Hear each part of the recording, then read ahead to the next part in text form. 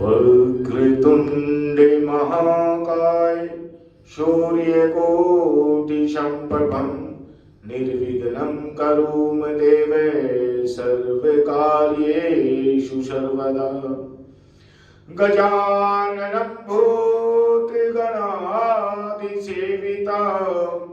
कपीतिजम्बूफलचारुभक्षणम् उमासुतं शोकविनाशकारिकां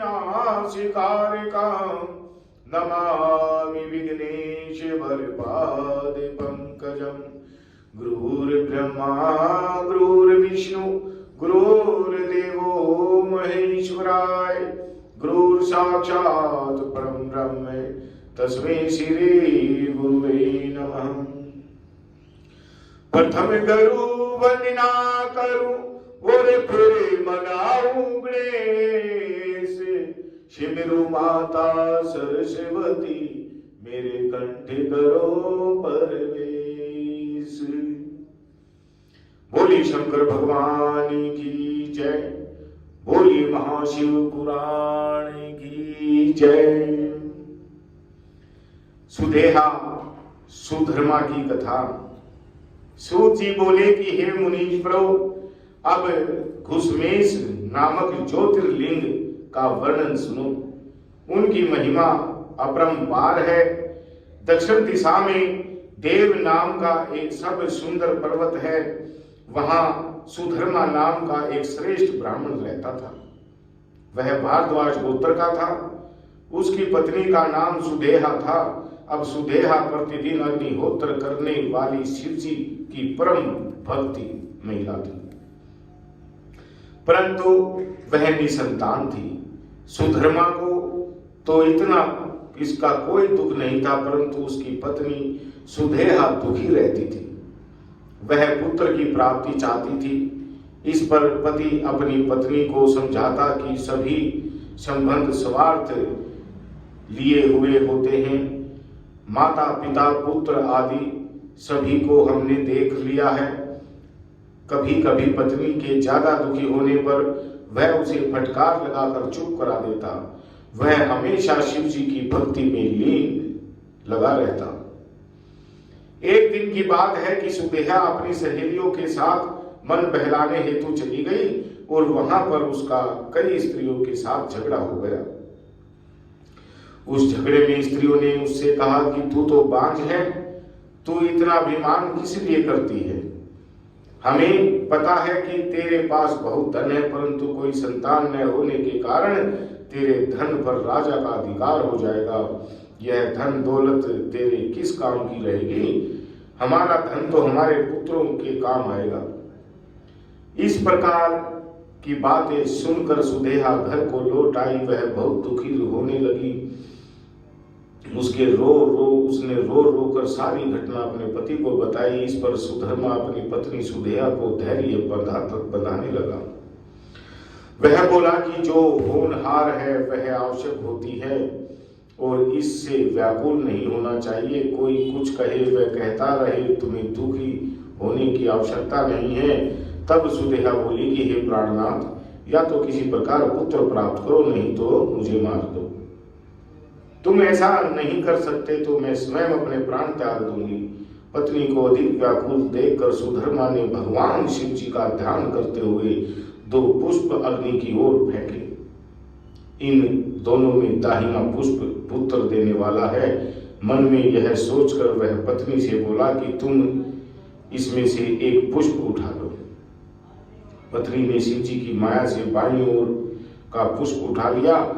इस पर सुधर्मा अपनी पत्नी सुदेहा से बोला कि हे कल्याणी, अब तुम पुत्र प्राप्ति की कामना को छोड़ दो और भक्तवत भजन में ध्यान लगाओ।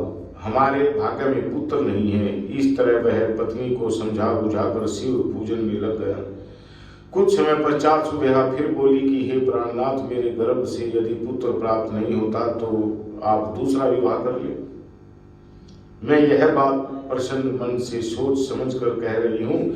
सुधर्मा बोला, मुझे अब दूसरे विवाह की विपत्ति में मत डालो। इस प्रकार सुधर्मा ने दूसरे विवाह के लिए मना कर दिया। इस पर भी सुदेहा ने पुत्र प्राप्ति हेतु अपनी छोटी बहन से विवाह करने के लिए निवेदन किया। उसकी बात सुनकर सुधर्मा ने वहां कहा कि हे कल्याणी, तुम इस झंझट में मत डालो, क्योंकि इससे यदि पुत्र हो भी गया तो तुम दोनों में आपस में विरोध उत्पन्न हो जाएगा, जो हम में से किसी को भी सुखदायी नहीं होगा। इस पर सुदेहा पैर पकड़कर बोली कि हे स्वामी, यह तो मेरी बहन है, मैं इसका विरोध क्यों करूंगी? आप निश्चिंत रहें। सुदेहा ने जोर जबरदस्ती करके अपनी छोटी बहन का विवाह अपने पति सुधर्मा के साथ करा दिया। उसकी बहन का नाम कुसुमा था। सुधर्मा ने सुदेहा से कहा कि यह तुम्हारी बहन अब तुम्हारी शोध बन गई है, तुम इसे प्रसन्न रखना। दोनों बहनें सुखपूर्वक रहने लगी। कुसुमा नित्य प्रति 101 शिवलिंगों की षोडशोपचार पूजा करने लगी। पूजा करके उसे तालाब में विसर्जन कर देती। इस प्रकार उसकी संख्या 1 लाख तक पहुंच गई। तब भगवान शंकर ने प्रकट होकर उसे एक सुंदर गुणवान पुत्र का वरदान दिया। उनकी कृपा से कुसुमा को गुणवान तेजस्वी पुत्र प्राप्त हुआ। पुत्र पाकर सुधर्मा बहुत प्रसन्न हुए, परंतु बाद में दोनों बहनों में ईर्ष्या उत्पन्न हो गई। अब कुसुमा का पुत्र जब बड़ा हो गया तो सुधर्मा ने उसका विवाह एक श्रेष्ठ ब्राह्मण की कन्या से कर दिया। कुसुमा ने प्रेमवश पुत्र वधू को अपनी बड़ी बहन सुदेहा के चरणों में बैठाकर कहा कि ये आपके पुत्र और पुत्र वधू हैं। बहू से कहा कि हे पुत्री, ये तेरी सास है, इनकी तुम सब तरह से सेवा करना। इस प्रकार वह नित्य शिव पूजन करके गृह कार्य में लग जाती, परंतु सुदेश की ईर्ष्या बढ़ने लगी। एक दिन उसने रात्रि में सोए हुए पुत्र की बोटी बोटी कर उसी तालाब में डाल दिया, जिसमें कुसुमा शिव पूजन कर पार्थिव लिंगों का विसर्जन कराती थी। प्रातःकाल जब उसकी पत्नी ने अपने पति को नहीं देखा तो वहां खून देखा तो वह दहाड़ मारकर रोने लगी। कुसुमा को भी महान दुख हुआ। सुदेहा बनावटी आंसू बहाने लगी। सुधर्मा घर पर आया तो सभी को धैर्य बंधाता हुआ बोला कि इसमें आप शोक मत करो, भगवान की ऐसी ही मर्जी होगी, इसमें हमारा कोई वश नहीं है। वह बोला कि हे कुसुमे, तुम शिव पूजन बंद मत करो। इस तरह पति के समझाने पर वह पति की आज्ञा से तालाब पर शिव पूजन करने गई। अब पार्थिव शिवलिंग पूजन के बाद जब वह घर लौटने लगी तो उसने अपने पुत्र को किनारे पर खड़ा देखा। वह बोला कि हे माता, मैं आपके तप और शिव जी की कृपा से मर जाने के बाद भी जीवित हो गया हूँ। माता ने शिव जी की बार बार पूजा अर्चना की। तब भगवान शिव प्रसन्न होकर प्रकट होकर बोले कि हे कुसुमे, मैं तेरे से बहुत प्रसन्न हूँ, तू मुझसे वर मांग। तेरा पुत्र सुदेहा ने मार डाला था, मैं उसे अभिदंड देता हूँ। इस पर कुसुमा हाथ जोड़कर शिव जी की स्तुति करते हुए बोली कि हे स्वामी, आप मुझे यह वरदान प्रदान करें कि मेरी बड़ी बहन को अभय कर दे। उसने आवश्यक मेरा बुरा किया है, परंतु मुझे उसका बुरा नहीं करना चाहिए। यह सुनकर भगवान भोले शंकर अति प्रसन्न हुए।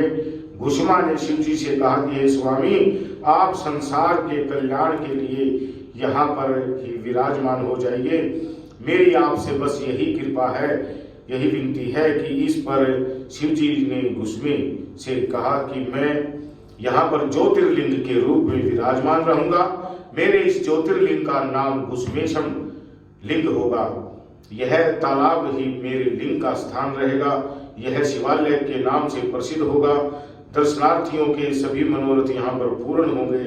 तभी वहां सुधर्मा भी आ गए। दोनों ने मिलकर शिव जी की 101 परिक्रमाएं की। प्रेम सहित शिव पूजन करते हुए उन्होंने चिरकाल तक पृथ्वी पर निवास किया और फिर शिवलोक में चले गए। बोलिए शंकर भगवान की जय।